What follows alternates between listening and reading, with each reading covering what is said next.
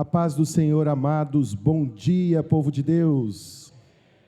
Por favor, tome a sua apostila, Sentinelas de Oração, e vá comigo para a página de número 27. Nós iniciamos ontem a trabalhar o tema de uma proposta modelo, uma ideia modelo, para que você possa desenvolver uma vida cotidiana de oração. E começamos na página de número 27, a trazer a primeira parte dessa estrutura como um meio para adquirir um novo hábito, um novo costume. Qual costume, Marcos? Ter uma vida de oração constante, ter uma vida de oração cotidiana. E a primeira parte foi trazer a percepção de que ter um lugar estratégico, seguro, um lugar em que você possa ter uma comunhão de maneira que ninguém lhe interrompa, é importante, é estratégico, vai acrescentar na tua vida um lugar para oração, irmãos. É um lugar especial, estratégico. Aqui falei da minha parte quanto ao carro, mas daqui a pouco você tem um escritório, tem uma varanda, tem um lugar específico na sua cidade, é importante. Falamos sobre o método de oração por intermédio do mapa de oração, queridos. Em nosso site esse mapa pode ser adquirido de maneira gratuita. Você tem ali um conjunto de downloads para você utilizar como recurso digital para o seu crescimento espiritual. Você viu que nós temos, se você tem uma curiosidade, você abriu e viu que logo ao abrir, você tem ali uma informação sobre a escola de oração. Deixa eu pegar aqui de maneira mais organizada. Nós temos uma escola de oração, irmãos, nível básico, nível fundamental. Mas tudo aquilo que é bíblico sempre é profundo, sempre é especial, sempre abençoa, amém, gente? Então nós temos uma escola de oração simples em português. Se você desejar ir para um outro nível, entre em contato comigo, eu vou te passar em inglês a nossa escola, na verdade faculdade nos Estados Unidos, com um riquíssimo material do Dr. Dick Eastman, tudo gratuito, irmãos. Você só precisa utilizar ali o tradutor do Google e você vai ter ferramentas em um outro nível. Imagina, irmãos, são mais de 50 anos do ministério do Dr. Dick Eastman, um grande intercessor global colocado à disposição da igreja no mundo e que você pode ter acesso. Entre em contato comigo, eu vou te dar o mapa da mina, eu vou te dar o norte. Amém, gente? E nós, a partir dessa perspectiva, definimos que uma outra parte importante é o tempo. Se você não organizar no seu dia a dia, separar um tempo para orar, vai acontecer o que o Watchman Nee diz: aquele que não separa um tempo para orar, ele não ora. Se você não se organizar e priorizar encontros diários com o Senhor, colocando literalmente como parte do seu dia, irmãos, e nunca é a questão chave, o tempo é relativo, mas colocar dentro do seu dia a dia um tempo para orar é o mais importante. Pessoalmente, eu tenho separado sempre o período entre meio-dia e 1h30 da tarde. Entre o meio-dia e 1h30, eu vou apenas falar com a minha esposa diante de alguma eventual necessidade, mas não atendo mais ninguém, não olho mais para o WhatsApp, não atendo ligação, porque aquele tempo é o tempo de Deus. Aquele momento é um momento para estar a sós com o meu Criador. É onde eu me alimento, sou nutrido, sou iluminado. É onde o meu coração, ele ferve. E queridos, quando nós começamos esse itinerário de busca a Deus, Ele sempre se deixa encontrar, gente. Nós nunca vamos ficar sozinhos nessa busca ao Senhor, Ele sempre vai nos dar evidências da sua divina presença.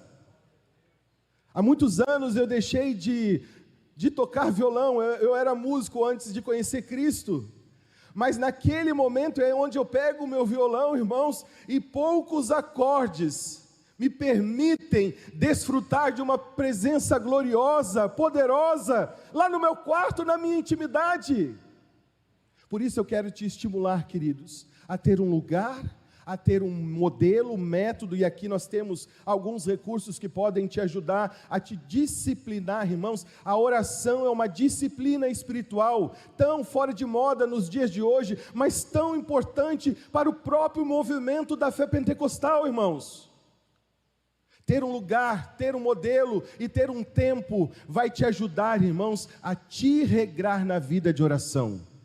E se você começa em um momento, talvez separando alguns poucos minutos, queridos, você pode ter certeza que nesse itinerário de busca a Deus, queridos, os encontros que você vai ter serão tão marcantes, que você não deixará mais na sua vida de separar um tempo para encontrar o Deus, o amor de todos os amores, o nosso Deus Pai.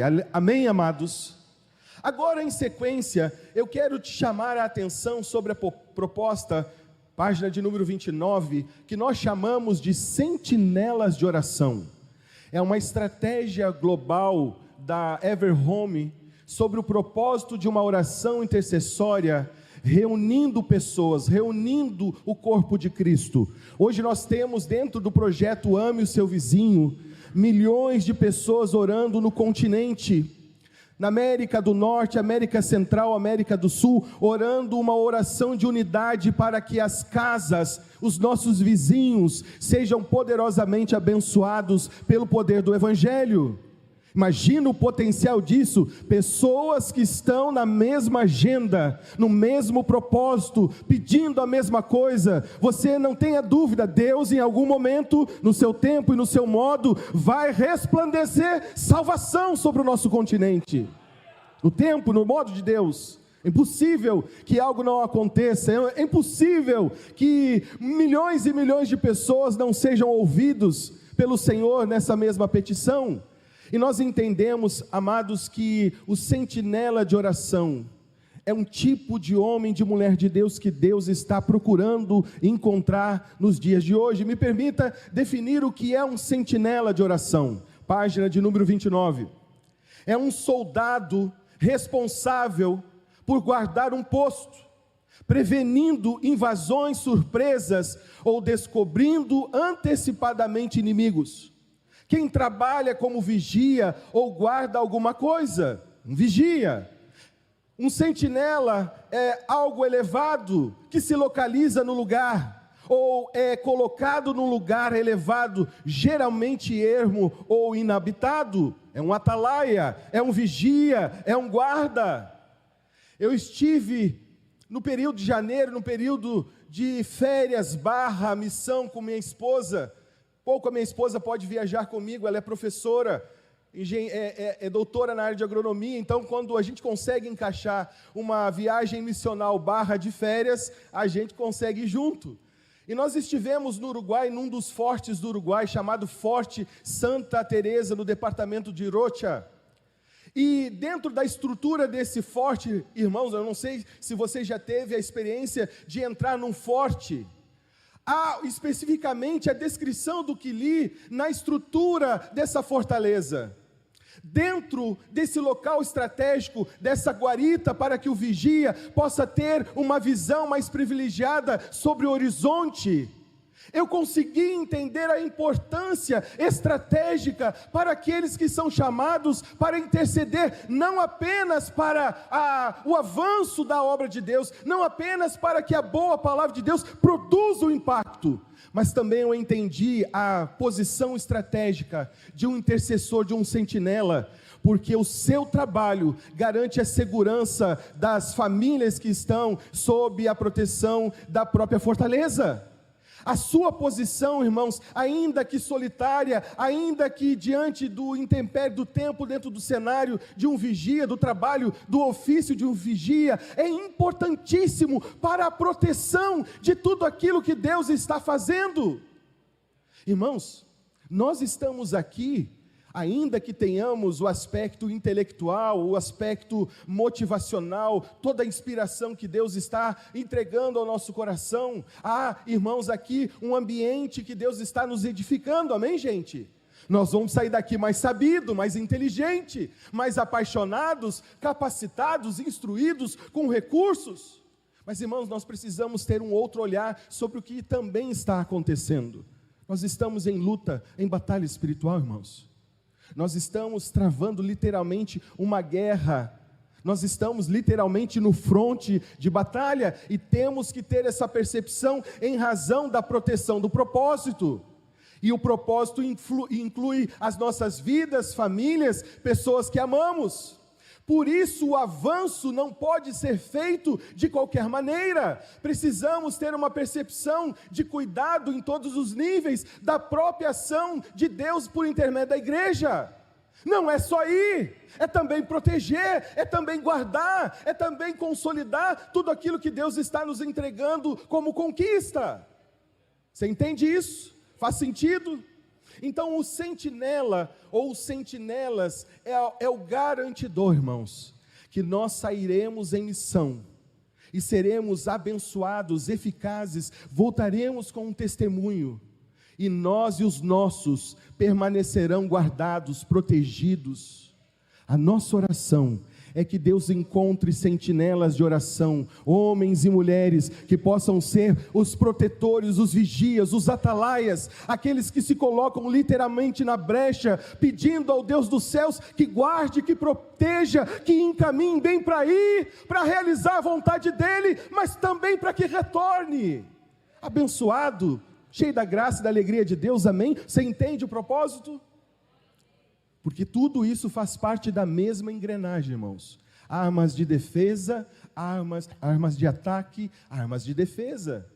E se você está em missão, sabe, irmãos, o diabo não brinca de ser diabo. Ele é sapatinho de algodão. Se ele encontrar alguma coisa, ele quer danificar. Ele quer trazer um peso contra nós e a nossa casa para nos intimidar. Por isso a importância dos sentinelas, dos guardiões, dos vigias. Por isso, amados, em sequência, me permita ler o texto de Isaías 62, do verso 6 ao 7, como referência de tudo isso que eu estou lhes falando. Diz Deus, por intermédio do profeta Isaías: coloquei sentinelas em seus muros, ó Jerusalém, jamais descansarão dia e noite. Vocês que clamam pelo Senhor, não se entreguem ao repouso. Não baixem a guarda. Não estejam pela metade. Não negligencie. Porque estamos, irmãos, em uma batalha espiritual. E quem trabalha com evangelismo e discipulado sabe a luta que é consolidar uma alma na família, na igreja, no reino, amém, gente? No processo de evangelização, irmãos, é a parte mais fácil. Agora, a consolidação e o discipulado contínuo dessa vida, para que ela possa, de um bebezinho espiritual, se tornar um homem, uma mulher madura no Espírito Santo, irmãos, é um outro caminho, é uma outra luta. Por isso, queridos, o sentinela de oração é tão estratégico. E aqui há um convite, queridos, para mim e para você, nos tornarmos sentinelas de oração, não apenas por nossa vida, nosso matrimônio, nossa família, mas também pela igreja de Cristo, pelo corpo de Cristo, que em cada uma das cidades desse mundo representa o Cordeiro. E aqui há um pensamento do nosso coração, irmãos, sempre quando nós lemos esse texto de Isaías, é dizer mais ou menos assim: coloquei sentinelas em seus muros, ó Joinville. Coloquei sentinelas nos seus muros, ó Santa Inês.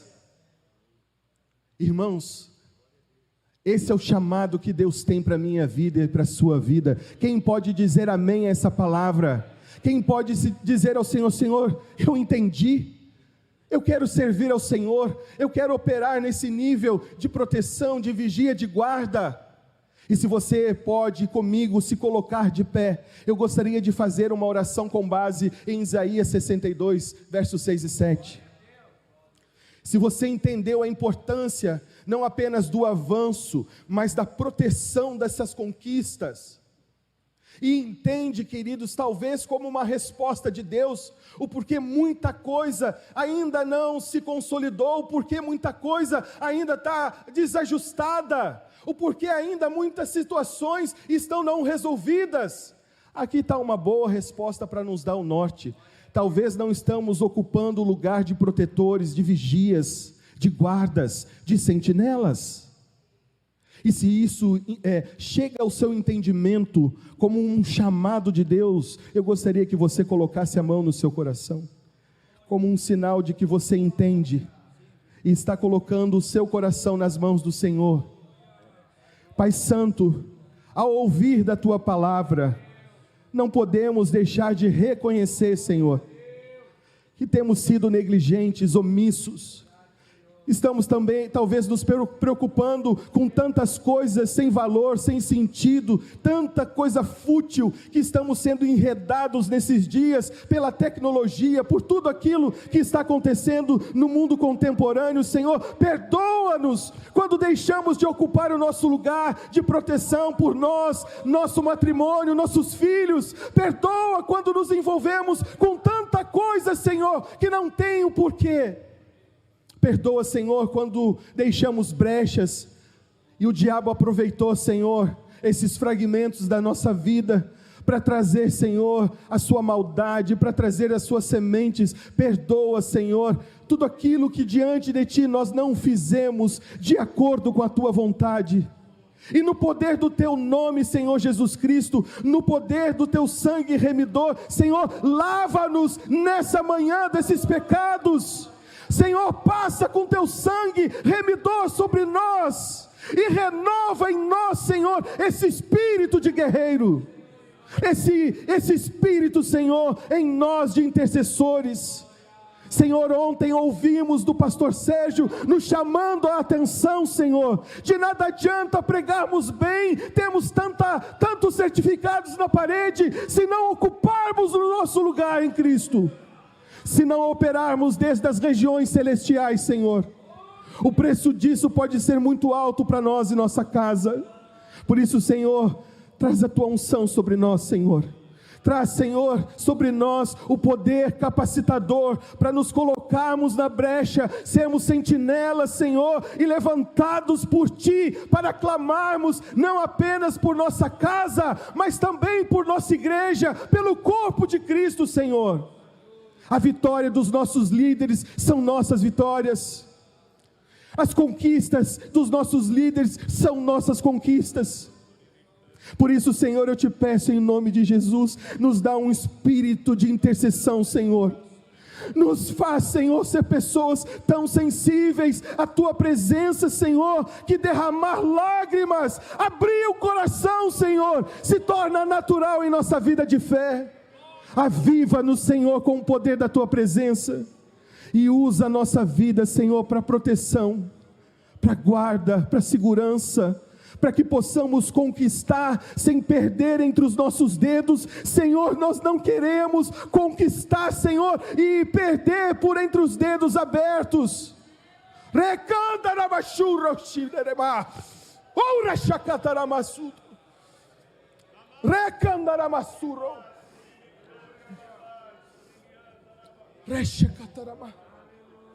Derrama, Senhor, a Tua presença em nós, e levanta um exército de intercessores, Senhor. Levanta um exército de homens e mulheres tão comprometidos com a causa do Teu reino, tão comprometidos com Ti mesmo, tão envolvidos com a obra do Teu Espírito, que tudo mais perde sentido, tudo mais, Senhor, é colocado para o secundário. Levanta sobre nós, Senhor, a Tua palavra com autoridade. Pai, nós te pedimos que a Tua palavra venha, que a Tua palavra ungida venha sobre nós, e ela produza o resultado da Tua vontade, ela produza o impacto espiritual que nos dá poder e autoridade pelo nome de Jesus em nossa vida. Nos faz instrumentos, Senhor, preparados, afiados, invencíveis para a glória do Teu nome, Senhor. Assim nós oramos no nome de Jesus, Senhor. E que de Joinville, Senhor, e cada cidade desse estado tão lindo, em nossa nação, Senhor, as nações da terra, os confins, recebam também o impacto de nossa oração, de nossa intercessão, do nosso clamor, das nossas lágrimas. Senhor, faz com que o Teu nome seja glorificado, aviva a Tua obra, Senhor, ao longo desses dias. É a nossa oração no nome de Jesus. E quem pode dizer amém a essa palavra, irmãos? Aleluia. Diga por favor à pessoa que está ao seu lado: você faz parte do exército de Cristo para essa geração. Você é muito importante no plano de Deus para Joinville e as nações. Deus vai te usar poderosamente, irmãos. Talvez você não vá às nações, mas você pode, diante de Deus, de joelho, ultrapassar cada um dos continentes, avançar sobre os oceanos, entrar nas fronteiras e ser usado por Deus. Oh, aleluia! Entre as nações da terra. Aleluia! Oh, irmãos, há uma presença de Deus, queridos. Queridos, tome agora nas suas mãos a apostila Evangelismo Intencional. Amados, há na administração o chamado princípio de Pareto, que diz mais ou menos em uma linguagem comum a seguinte ideia: 80% do resultado de uma estrutura é produzido por 20% da ação dessa organização. 20% produz quase a totalidade do impacto do resultado da estrutura. E quando eu estava pensando a respeito disso, estava pensando a respeito desses números, 20% produzem o impacto sobre 80% do resultado. Conhecendo um pouco a realidade nossa aqui do Rio Grande do Sul, irmãos, não posso falar com propriedade sobre o mundo, mas conhecendo um pouco a igreja no Brasil, queridos, tenho visto que o princípio de Pareto pode explicar alguma coisa no nosso contexto enquanto igreja. Irmãos, de maneira geral, cerca de 20%, se pegássemos um percentual de pessoas no nosso contexto, isso generalizando, certo? Há casos pontuais, mas são casos fora da curva, pontos fora da curva. Mas via de regra, 20% de pessoas no corpo estão pagando a conta para que uma grande massa dentro da igreja usufrua de todo o benefício que a estrutura, a igreja em si oferece. Não sei como é na sua igreja, como é na sua cidade, não sei como é a sua realidade, mas irmãos, eu ouso dizer que não é talvez muito errado pensar na perspectiva de que nós temos em nosso contexto como corpo, 20% de pessoas suando, pagando a conta, abrindo mão dos seus finais de semana, se doando, se gastando, para que frequentadores participem de um movimento no domingo e usufruam do privilégio. Estou muito errado? Sim ou não? Estou errado? Não, né? Irmãos, isso deve nos fazer pensar.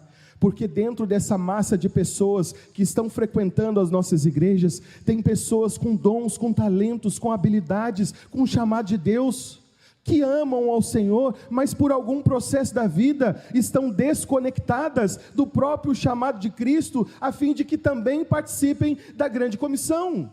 Por isso, amados, nós estamos trabalhando intencionalmente, não apenas para servir aqueles que já estão em missão, mas Deus nos inspirou a trabalhar estrategicamente para movimentar essa massa de pessoas que está dentro do contexto da igreja, para que estes também ocupem o seu lugar estratégico no plano de Deus para o avanço do seu reino.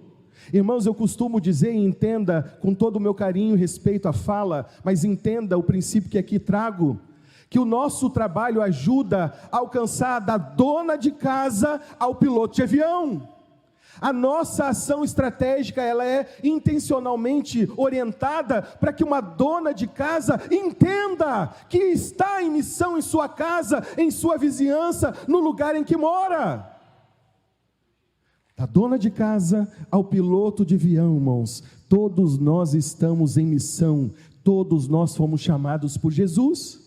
E é muito interessante, eu estava na última semana em São Paulo, Sumaré, pastor Clebson estava lá também, estávamos num grande mover de Deus, com a equipe global da Global Waking, fazendo um movimento de avivamento, com mais de 5.000 pessoas, foi algo impressionante, não foi, pastor?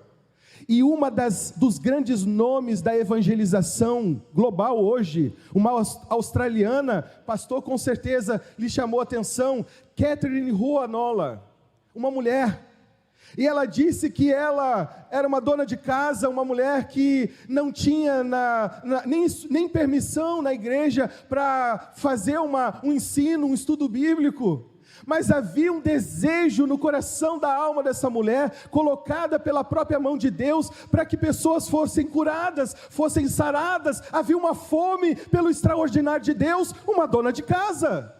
Irmãos, Deus nunca deixa de alimentar aqueles que têm fome, Deus nunca deixa de saciar a sede da alma daqueles que o buscam, Ele se deixa ser encontrado. E esta dona de casa hoje, irmãos, é uma das grandes líderes no evangelismo global, e Deus está usando essa mulher para operar milagres extraordinários, curas extraordinárias, e Deus entregou a nação da Austrália para ela é um nome importante no contexto do evangelho naquele lugar. E sabe, quando eu conheci essa mulher, eu me enchi de inspiração, pastor. Imagina quantas donas de casa podem ser levantadas por Deus nesse lugar e se transformar em poderosas ganhadoras de almas. Quantas donas de casa, quantos homens que estão aqui, profissionais em missão, profissionais que estão trabalhando, um médico, um professor, um gari, irmãos, se você entender que aonde você está em missão, irmãos, muita gente vai receber a salvação de Jesus por teu intermédio.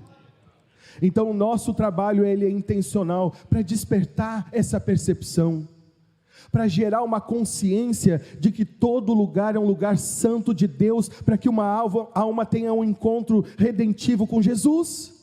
Não há hora, não há tempo, não há lugar, irmãos, que não possa receber o impacto da presença do Senhor. A sua presença cobre toda a terra.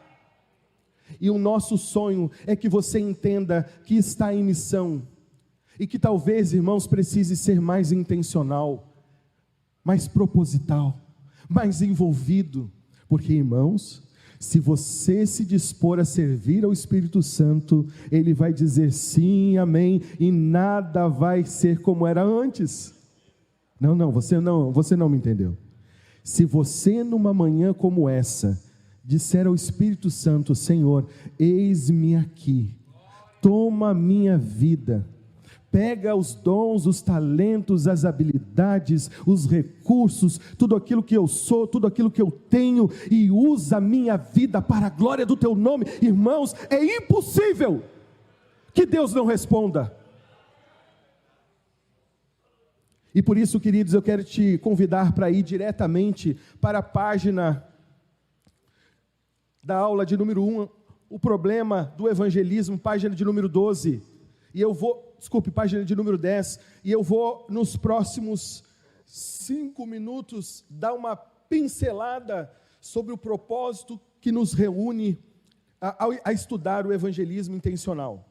Irmãos, por que evangelizamos? Essa é uma pergunta importante.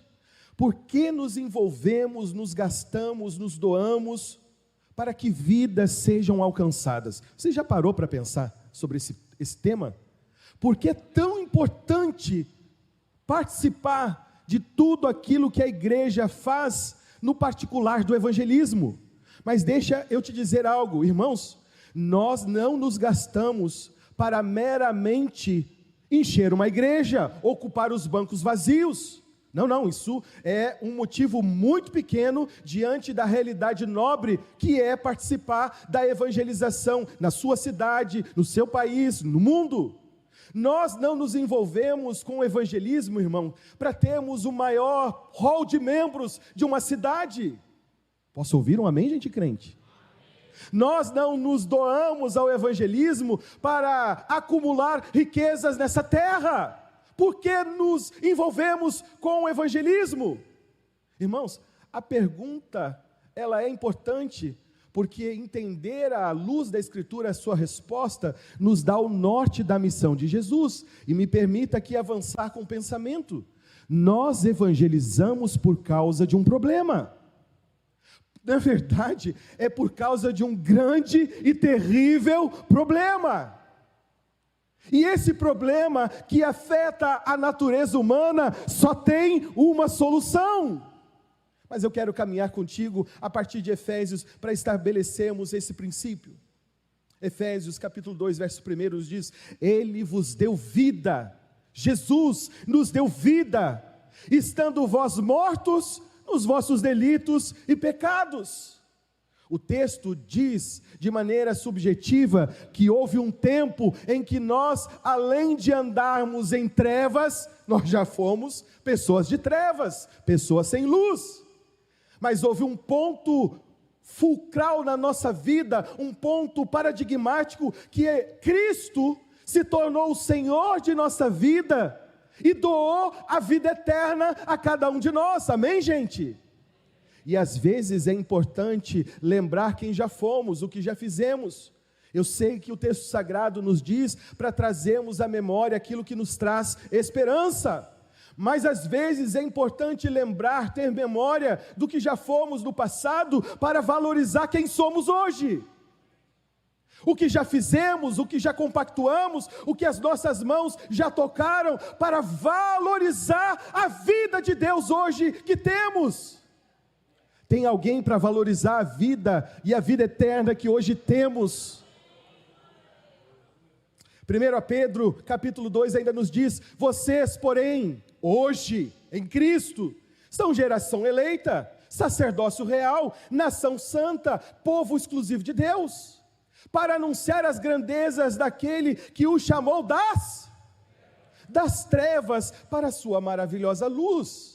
Mateus 15, 19 ainda nos ensina: pois do coração saem os maus pensamentos, os homicídios, os adultérios, as imoralidades sexuais, os roubos, os falsos testemunhos e as calúnias. Da onde sai tudo isso, irmãos? Do coração. Você sabe que na cultura hebraica, na cultura oriental do passado, o coração é figura da integralidade do ser humano. Na antiguidade, diferente da visão grega, a ideia grega de coração é uma ideia por assentimento mental, está relacionado a sentimentos, paixões, mas na cultura antiga, na cultura hebraica, o coração é a sede de tudo aquilo que nós somos, é a raiz da nossa essência. O que Paulo vai falar no Novo Testamento do homem interior, no mundo bíblico antigo, o coração centraliza a integralidade do ser humano. E o texto de Mateus, capítulo 15, versículo 19, diz que da interioridade, do centro do coração do homem, sai tudo o que é ruim. Mas claro, apontando para o homem ainda não redimido, para o homem que ainda não teve um encontro redentivo com Cristo. Pois do coração saem os maus pensamentos. Irmãos, a natureza humana ainda não recriada, a natureza humana ainda não redimida, ela está sob o efeito de algo. Na verdade, ela está cativa de algo. 2 Timóteo ainda nos diz, capítulo 3, versos 1 a 5. Sabe, porém, Timóteo, diz Paulo, que nos últimos dias sobrevirão tempos penosos, pois os homens serão amantes de si mesmos. E uma das listas de Paulo, aqui uma delas, descreve, irmãos, de maneira muito mais pronta, reveladora do que o jornal de amanhã, como dizia Billy Graham. A Bíblia é mais atual do que o jornal de amanhã, revelando o estado da natureza humana, ainda não redimida, ainda não recriada, ainda não dotada da vida e da vida eterna. João 3,16 ainda vai nos dizer: porque Deus tanto amou que deu o seu Filho unigênito, para que todo o que nele crê não pereça, não morra, mas tenha vida eterna. Irmãos, há uma palavra-chave que permeia, há uma conexão bíblica que permeia todos os textos que eu li. E essa palavra-chave, ela revela o grande e terrível problema da natureza humana. Revela o algoz do ser humano ainda não redimido. E entender isso é importante, queridos. Por quê, Marcos? Porque se eu não ir à raiz do problema da natureza humana, amados, nada do que eu possa fazer vai poder ajudar de uma vez por todas esta vida tão importante para Deus. Entender o real problema da natureza humana ainda não redimida é crucial para que o evangelismo seja poderosamente eficaz na sua ação. E qual é o grande e terrível problema que os textos nos mostram? É o problema do pecado original, irmãos. E quando eu entendo isso, irmãos, eu tenho um próprio norte da minha mensagem evangelística, aqui muito bem colocada pelo pastor Clebson ontem. Irmãos, quando eu entendo esta realidade da vida humana sem Cristo e o seu real problema, irmãos, eu consigo ir ao centro, ao objetivo principal da própria ação evangelística. Por quê, Marcos? Porque você vai ver comigo na página 12. O problema gera consequências. O problema da natureza humana, sob o efeito do pecado original, gera um efeito terrível. E por isso, nós precisamos atentar. Um dos efeitos, a separação de Deus.